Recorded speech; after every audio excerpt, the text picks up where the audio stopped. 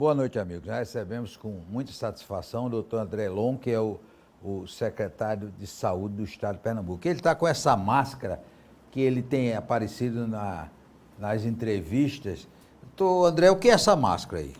Essa máscara é uma máscara inclusiva, João. Inclusiva? É uma máscara chamada inclusiva porque ela permite que as pessoas que têm deficiência auditiva, elas possam fazer a leitura labial. Isso ajuda as pessoas a compreenderem quando a gente está falando, passando mensagens importantes para a saúde pública. Então, a gente procura, sempre que está disponível, fazer o uso delas. Agora o senhor pode tirar, né? Porque o seu fã-clube quer ver o senhor de rosto limpo. O ambiente é controlado. É controlado, a gente viu aqui, a gente já foi vai infectado. tirar, foi só para fazer essa inicialmente aqui. Pode tirar. Vamos tirar. E o senhor também tem uma máscara com a bandeira de Pernambuco, né? Sim, que foi feita aqui no nosso polo de confecções. Eu recebi algumas dessas máscaras que foram produzidas lá e a gente achou interessante fazer a utilização dela. É uma máscara que a gente gosta muito das cores da bandeira pernambucana, então fazer uso delas em algumas das coletivas em que a gente está passando mensagens para a população. Ô, doutor André, o coronavírus já foi embora de Pernambuco? Infelizmente não. Não? Infelizmente ainda estamos convivendo, né? Nós estamos nesse momento, chegamos a 7 meses de convivência com esse novo agente infeccioso chamado SARS-CoV-2, que trouxe um ano muito difícil, talvez o ano mais difícil para a saúde pública em 100 anos, aqui para o nosso estado, para o nosso país e para o mundo. Então, são 7 meses agora, nós passamos o pico da doença lá em maio, já estamos desde os meados de junho num processo de retomada das atividades econômicas, com sucesso até agora. Você tem o plano de convivência que tinha 11 etapas, nós já chegamos em algumas das regiões do estado à 10ª etapa, entramos agora aqui na região metropolitana. Em outros lugares nós estamos na etapa 9 desse plano de convivência. E foi muito duro, muita luta sob a coordenação do nosso governador Paulo Câmara, que desde o início viu que isso não era uma crise só da saúde, era uma situação que envolvia uma dificuldade socioeconômica muito grande, como nós pudemos observar ao longo desses meses, junto também com a atuação decisiva do prefeito Geraldo Júlio, que também nos ajudou sobremaneira nesse processo de articulação e de montagem da nossa reação. Para a maior crise sanitária em um século, nós precisávamos responder com o maior esforço sanitário, logístico, de mobilização de pessoas, de recursos humanos. E isso foi feito em Pernambuco, graças à determinação de nossos líderes, do governador Paulo Câmara e do prefeito Geraldo Júlio, e de um monte de gente, de todos os secretários, não só de saúde, como eu disse, a crise foi muito maior do que isso, todos os secretários de Estado que se envolveram com isso, todos os secretários municipais, prefeitos, vários outros prefeitos, também contribuíram fortemente com a abertura de leitos, com mobilização de equipes, para que Pernambuco pudesse se destacar nessa reação à doença, que precisava ser proporcional ao tanto quanto ela tinha de gravidade.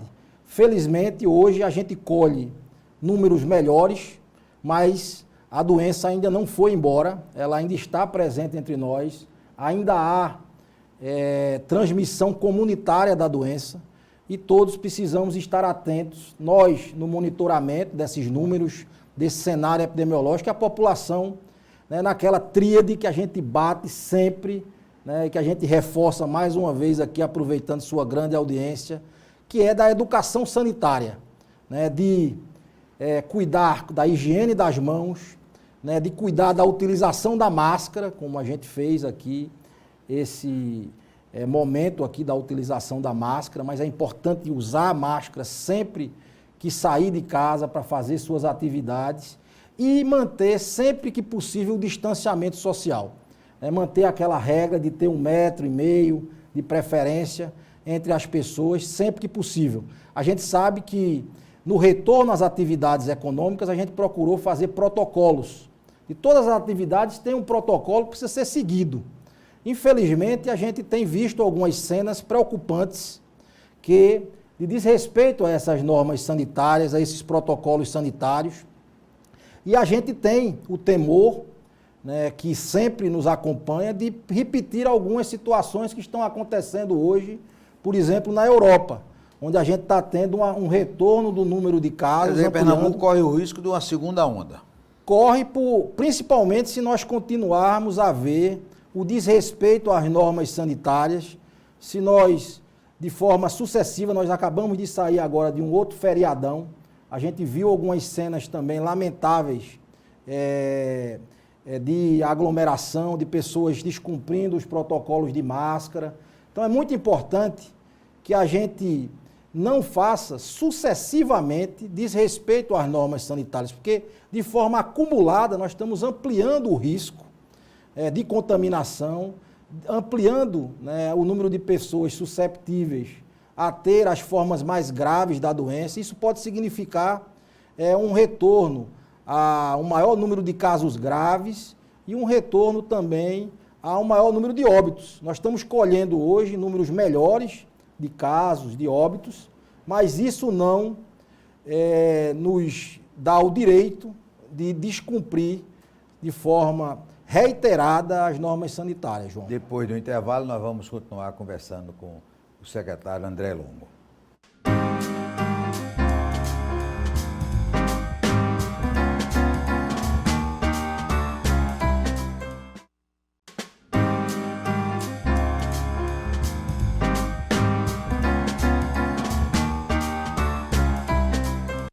Secretário André Longo, o senhor teve Covid, não foi? Tive. Se tratou com o quê? Com remédio de Bolsonaro ou não? Não. Não tomou, não? Meu infectologista, doutor Demétrios Montenegro. O mesmo no governador? Isso. Eu acho que vocês estão escondendo que não tomaram Não, de maneira hidrocloroquina, não? Hidroxicloroquina. Não há ainda, né, sustentação para a utilização, né, dessa medicação em casos leves, como o meu, como o caso do governador. E o meu infectologista, a gente respeita a prescrição médica, ele em nenhum momento falou na utilização dessa medicação, nem obviamente eu tensionei para fazer uso de A ou de B. Foi leve? Foi um caso leve, eu tive um pequeno acometimento pulmonar, mas não tive sintomas respiratórios, tive febre, precisei guardar o isolamento, foi imediatamente depois da gente decretar o lockdown. Então mas eu fiquei uns 15 dias em lockdown junto com o secretário, eu descobri, foi Eduardo Machado que levou, foi o governador, o vice-governador, foi o senhor, secretário, o chefe da Casa Civil, foi o chefe de gabinete, foi o secretário de Defesa Social, foi Eduardo, foi o primeiro que teve lá. Eduardo Machado foi o primeiro que teve, mas quando ele retornou, né, quando os outros adoeceram, né, ele já tinha passado por um período, né, em que não havia mais a contaminação. Mas não olha, havia mais a possibilidade de haver contaminação. O senhor está como algumas pessoas que tiveram Covid. Primeiro tem direito de ir para Fernando de Noronha, já é uma grande vantagem, né? A sua esposa não pode porque não teve Covid. Agora, por que é que o senhor continua usando máscara se o senhor não transmite mais? Bom, primeiro porque nós precisamos guardar, né, com uma mensagem educativa, né? Ninguém está escrito... Mas não é com medo não de ter outra vez? Não, veja, nós ainda não temos a convicção plena de que não possa haver reinfecção. Isso é um trabalho casos, né, que precisa ser feito. Só fazendo uma pequena correção, desde esse último final de semana, mesmo pessoas que não tiveram a doença já podem entrar em Fernando de Noronha se fizerem o teste nas 24 horas anteriores e der negativo. Então, a gente avançou, né, para uma segunda etapa lá em Fernando de Noronha, que permitiu já que nesse final de semana nós já tivéssemos um contingente bem maior de turistas lá na ilha, inclusive facilitando, né, o processo de reabertura lá do turismo e a atividade econômica sendo retomada lá, que é muito importante para a ilha. Então, acho que dentro do nosso plano de convivência, João, é muito importante que essas atividades econômicas elas possam estar sendo retomadas com segurança, com cautela, mas com segurança. Doutor André, a opinião pessoal do senhor, como secretário, como médico, a volta às aulas. Veja, nós fomos extremamente cautelosos, o governador Paulo Câmara tem, pela educação, um carinho muito especial. Pernambuco é hoje referência no ensino médio. Nós temos um trabalho muito expressivo. O secretário Fred Amâncio, com muita cautela, a gente juntos tem conduzido esse processo no sentido de dar segurança nesse retorno. Então, depois de 4 meses, João, de retorno do plano de convivência, é que a gente permitiu o retorno da educação. E a gente se cercou de uma série de cuidados, tanto cuidados estruturais nas salas de aula, como o cenário epidemiológico, que depois de 4 meses já estava muito melhor, como também de garantir, né, dentro desse processo, uma vigilância adequada, né, tanto por parte dos estudantes, como também por parte dos trabalhadores. Inclusive, criamos um centro de testagem específico para os profissionais da educação lá na várzea. Temos um instrumento todo desenhado, um planejamento para que isso possa se dar com segurança. E precisamos, sim, né, do retorno das atividades presenciais, porque todos os estudos mostram que não é a mesma qualidade da educação que se dá, né, no ensino remoto, aquele que se dá no ensino presencial, além de todas as consequências negativas, né, de ter esses estudantes, esses jovens, e nós tomamos um cuidado especial de começar justamente pelo ensino médio, onde esses jovens já podem seguir as normas sanitárias de uma maneira melhor, né? Alguns outros países, inclusive, começaram pelas crianças menores. Alguns outros países foram mais ousados, começaram o retorno da educação antes de várias outras atividades. Aqui não, aqui a gente esperou, né, por um melhor momento de cenário epidemiológico e se cercou de muitos cuidados. Então, para mim, a gente está voltando às atividades educacionais no momento certo. Ô secretário, um projeto da secretaria que está tendo o maior sucesso é esse no centro de convenções, né? Do exame, o cara vai de carro, não precisa nem soltar do carro.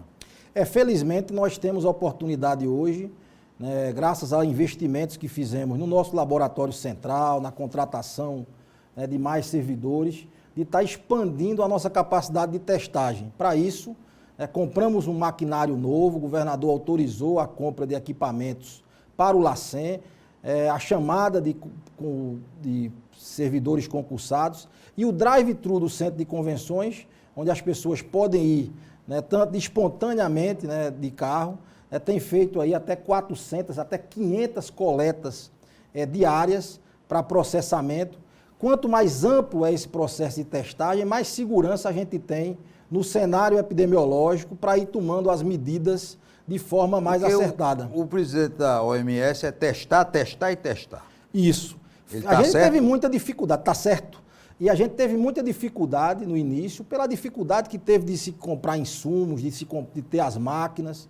Pra você ter uma ideia, Pernambuco começou esse processo de enfrentamento com a capacidade de fazer 70 exames semanais. Hoje, é nada, né? Praticamente nada. Hoje a gente tem capacidade de fazer 3.000 testes por dia. Quer dizer, é uma ampliação muito significativa. Hoje a gente está testando, naquele momento lá, a gente só tinha capacidade de testar os pacientes graves. E mesmo assim, alguns a gente tinha que mandar para fazer fora. Fazer em Belém, fazer no Rio de Janeiro.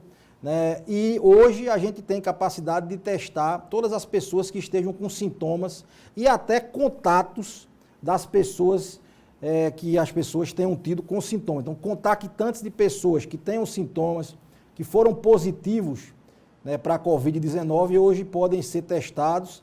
Nós temos o Centro de Convenções, nós temos o SEASA também, para demanda espontânea, que também tem uma procura muito expressiva da população.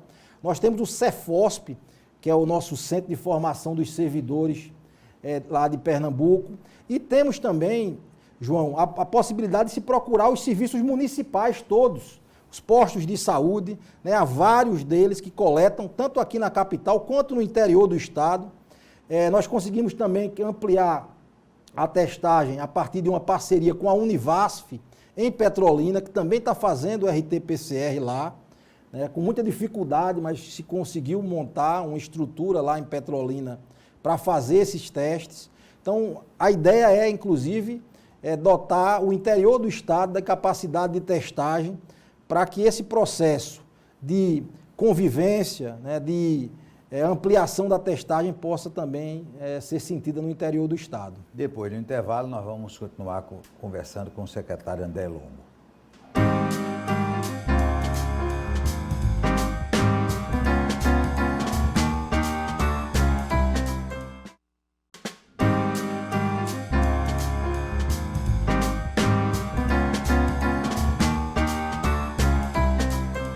Secretário André Longo, claro que coronavírus domina aí todo o noticiário, a vida das pessoas, mas há uma coisa importante que muita gente não está cuidando, é a vacinação.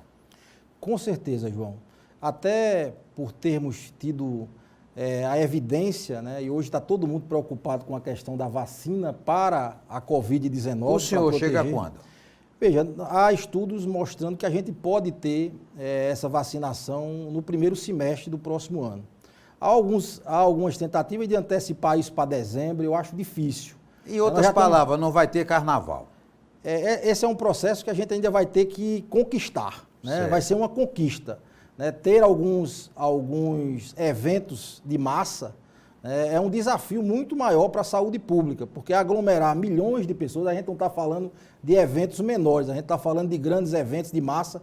O nosso carnaval, até, apesar de ter uma característica de ser um carnaval de rua, aberto, mas ele também tem a questão da aglomeração, né? Então, as outras vacinas agora. Então, veja, é isso. Vacinação hoje é um tema que precisa estar em evidência, né, e ser tratado por cada pai, por cada responsável, com toda a responsabilidade. Porque a gente está vendo o recrudescimento, a volta, né, de doenças que antes estavam controladas. O melhor exemplo para isso é o sarampo, que, tanto quanto a Covid, mata centenas de milhares de pessoas no ano, no mundo, né?